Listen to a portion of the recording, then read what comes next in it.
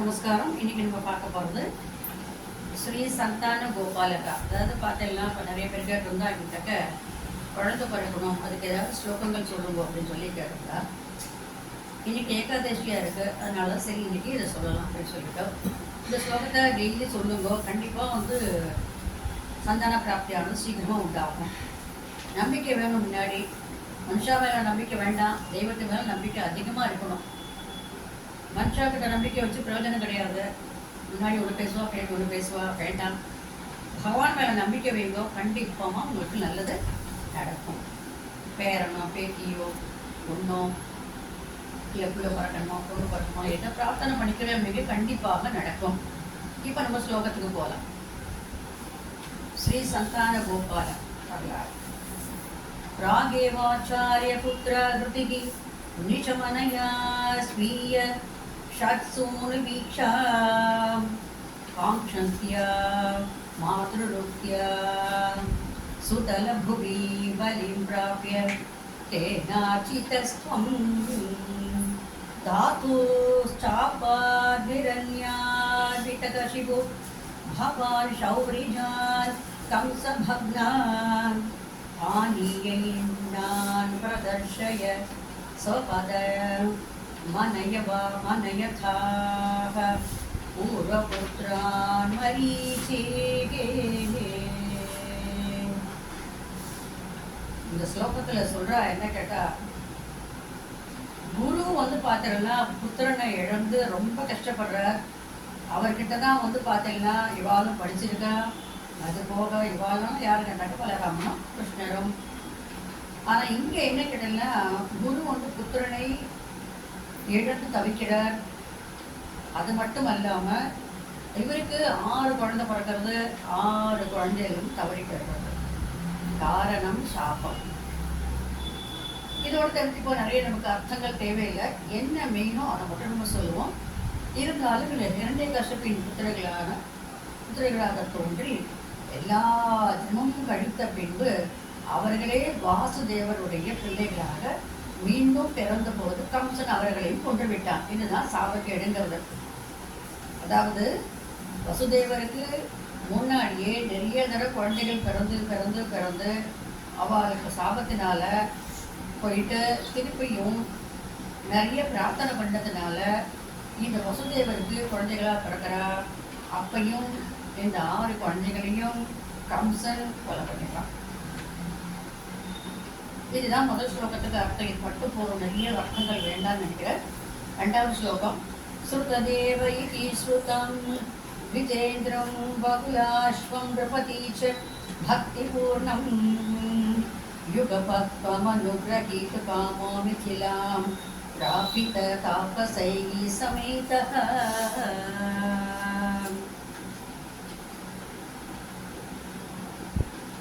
இந்த ஸ்லோகத்துக்கு என்ன சொல்ல வர அப்படின்னு கேட்டேன்னா, இந்த ஸ்ருததேவன் என்கிற புகழ்பெற்ற அந்த அந்தனன் என்ன பண்ணுறாப்புல, நிறைய அவருக்கு குழந்தை பிறக்கிறார். குழந்தை பிறந்து அந்த அத்தனை குழந்தைகளும் பார்த்தீங்கன்னாக்க ஒரு வழி ஆயிடுறது, குழந்தைகளை தங்காத போயிடுறது. இதுதான் இந்த ஸ்லோகத்துக்கு அர்த்தமாக சொல்லப்படும். கச்சன விமூர்த்திருபயோ யுக யுக पन्निकेतमेकेन भूरि विभवैः विहितोपचारः अन्येन तद्दिनभृतैश्च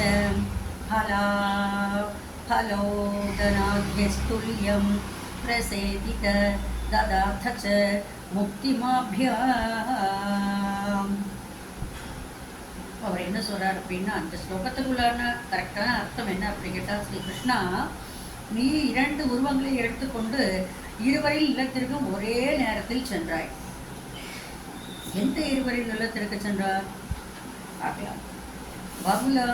பகுலாசு மிகுந்த செல்வங்களாலும், அதாவது பகுலாகன் என்பவன் மிகுந்த செல்வங்களாலும், சுருக்கதேவன் என்ற அவன் பார்த்தல்னாக்க ரொம்ப தனதானியங்களை நிறைந்தவர்களாகவும் இருந்தார்கள்.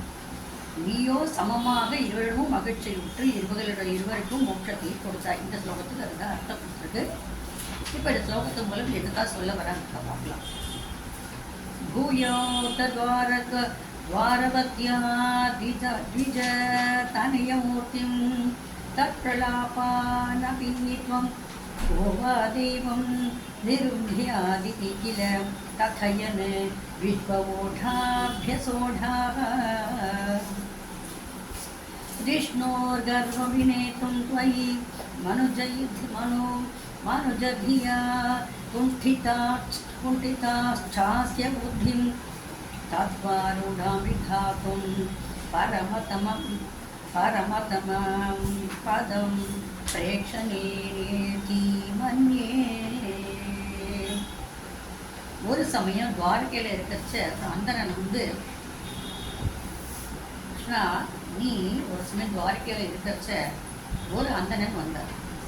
அவர் வந்து உங்கள்கிட்ட என்ன மடிப்பிச்சு கேட்குறாரு அப்படின்னா, அப்பா எனக்கு அடிக்கடி குழந்தை பிறந்துட்டே இருக்குது, ஆனால் அந்த குழந்தை தங்க மாட்டேங்கிறது, அத்தனை குழந்தைகளும் சொத்து போயிடுறது, என்னால் முடியல, தடுக்க முடியல, தலைவிதியை மாத்திரவனே நீதானே ஸ்ரீகிருஷ்ணா, அந்த குழந்தைகளுடைய தலைவிதியை மாற்றக்கூடாதா, ஒரு குழந்தையோட தங்க மாட்டேங்கிறது அப்படின்னு சொல்லி ரொம்ப மனசு சங்கடப்படுறேன்.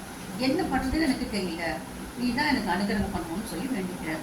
ஐயோ தெய்வத்துக்கெல்லாம் தெய்வமாக இருக்கிறார், ஸ்வயம் பூமியா, அதாவது நீ நினச்சா முடியாத காரணமா அப்படின்னு பிரார்த்தனை பண்ணிக்கிறார். பார்க்கலாம் அடுத்த ஸ்லோகத்தில் என்ன சொல்ல வரேன். நஷ்டா அஷ்டாஸ்ய புத்திராக புனர்பீதவ சுபேட்சையா காஷ்டவாதக ஸ்பஷ்டோ ஜாத ஜனானாமத ததவசரே துவாரகாமாபபார்த்தः மைத்ரேயா தத்ரோஷிதோऽசௌ நவமசுதஸ்மருதௌ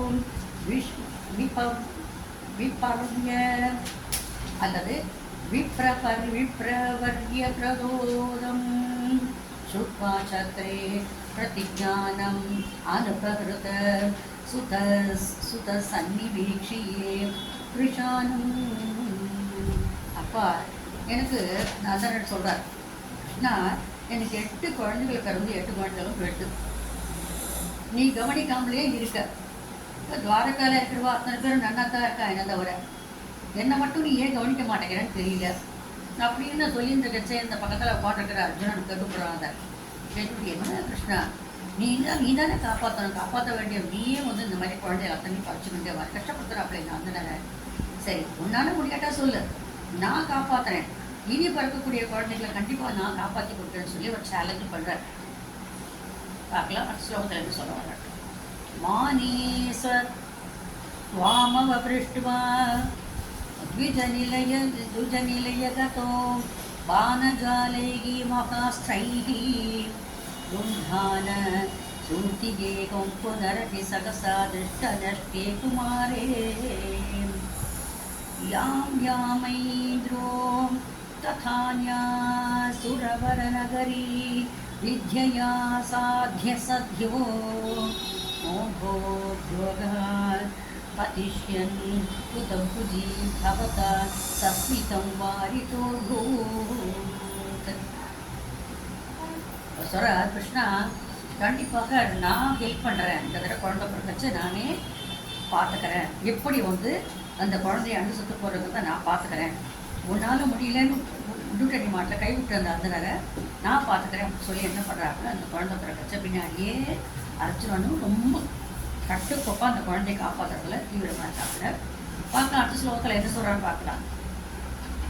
ஸ்ரார்த்தம் தேன பிரதீச்சி விஷமதி ஜனிதா ஸ்யந்தனேனாபிஜயாதோ லோகாலோகம் விஜிதா தஸ்திமிர ஹரமதோ சக்ரதாம்னா நிருந்தன் சக்ராம் து கிருஷ்ணதிருஷ்டிம் ஸ்திதமத விஜயம் பஷ்யேதி பாராம் பாரே त्वं प्राप्तादर्शः किमपि हि तमसां दूरदूरं पदं ते. அர்ஜுனன் என்ன பண்ணுறாருன்னா தேரில் ஏறிண்டு மேற்கு திசையை நோக்கி செல்றார். அதாவது லோக மாயை இருக்கா இல்லையா, எல்லாம் அவளை வந்து பார்த்து பேசுறதுக்காக போகிறா. எல்லாரையும் காப்பாற்றுற நீ ஏன் இந்த அந்தனருக்கு மட்டும் ஒரு குழந்தை கூட இல்லாத பண்ணுற அப்படின்னு.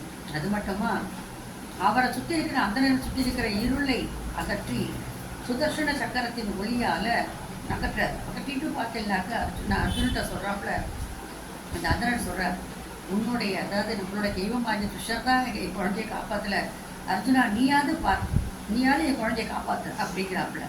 பார்க்கலாம் அந்த ஸ்லோகத்தில் என்ன சொல்ல வரான்னு. தத்ராசீனம் புஜகாதி பாஷயன்ன தலே திவ்யபூஷாயுதாத்யைஹி ஆவீதம் பீதச்சேலம் प्रतिनवजल श्याम जलदश्यामलं श्रीमदङ्गं मूर्तीनामीशिकारं पादपारमिह तिसृणामेकमर्थं श्रुतीनां त्वामेव त्वं परात्मन प्रियसख सहितो நேமீதக்ஷேமரூபம். குழந்தை பிறக்கிறது, அந்த குழந்தைக்கும் ஆபத்து வந்துடுறது.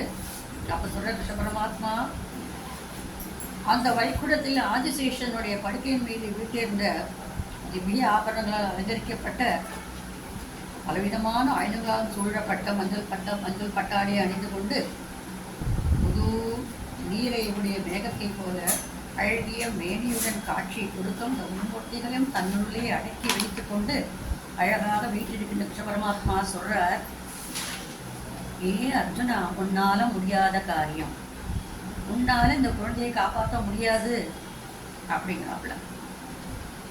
ஏன் காப்பாற்ற முடியாது? நீ தான் காப்பாற்றணும், நீ காப்பாற்றலை, அப்போ நான் காப்பாற்றுறேன் அப்படிங்கிறாப்புல. ஸ்லோகத்தில் என்ன சொல்ல வர பார்ப்போம்.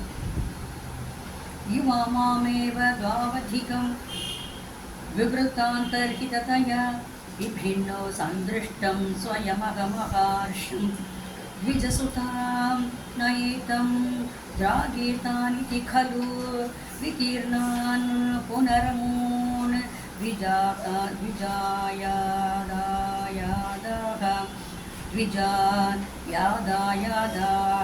प्रणुत महिमा पाण्डुजनुष. ஸ்லோகத்துக்கு சொல்றா, அர்ஜுனா, நீ பெருமையுடையவன் தான், என்னில் நீ உன்னில் நான், இது தெரிஞ்சதுதான். ஆனால் சில பல விஷயங்களை உனக்கும் தெரியாமல் நடக்கிறது. அதை நம்ம கால சோதகம்னு சொல்கிறோம், விதி சோதகம்னு சொல்கிறோம், கர்ம வினை என்று சொல்கிறோம். அதனால் உன்னால் இந்த குழந்தைகள் அனைவரையும் நீ காப்பாற்ற முடியாது. ஆனால் நான் சொல்லுகின்றேன், அதற்காக நீ என்ன பண்ண, அத்தனை குழந்தைகளும், அந்த பிராமணனுடைய குழந்தைகள் அத்தனை குழந்தைகளும் இப்பொழுது இங்கே தான் இருக்கின்றது. எங்கே இருக்கின்றது? என்னுடைய கால் அடியில் தான் இருக்கின்றது. நான் தான் மறைத்து வைத்துக் கொண்டிருந்தேன். இப்பொழுது நீ அங்கே சென்று, எங்கே சென்று, வைகுண்டம் சென்று இந்த குழந்தைகளை அழைத்து வந்து அந்த பிராமணனிடம் ஒப்படை என்று சொல்லுகிறார். எப்படி இருக்கு பாருங்க பகவானுடைய லீல. ஏவம் நானா விகாரைஹி ஜகத விரமயன விஷ்ணி வம்சம் பிரபுஷ்ணான் ஈஜானோ யஜ்ஞபேதைஹி அதுல விகர்த்திபிஹி प्रणीयन्नेन नेत्राः भूपाररक्षे पदम्भात् पदकमलजुषा मोक्षयामवतीर्णः पूर्णं ब्रह्मैव साक्षाद्यस्तुतो मनुजाता ऋषिस्तवं व्यलासीः. ஸ்லோகத்தில் சொல்கிறார், சரி கிருஷ்ணா, நீ ஒத்துட்ட, நீ சொல்லிட்ட, நானும் கேட்குறேன், நான் போய் இந்த குழந்தைகளை அழைச்சிட்டு வந்து இந்த பிராமணத்தை விட்டுடுறேன் அப்படின்னு சொல்லி போய் அழைச்சிட்டு வந்துடுறார். குழந்தைகளை பகவானுடைய கிருப்பையினால் அழைச்சிட்டு வந்து பத்திரமா இந்த அந்தனர்கிட்ட ஒப்படைக்கிறாங்க. இந்த குழந்தை, அந்த அந்தனருக்கு 9 குழந்தை. பிராயேன துவாரபத்யாமவிருத்ததயீ ததா நாரத त्वत्रसार्धं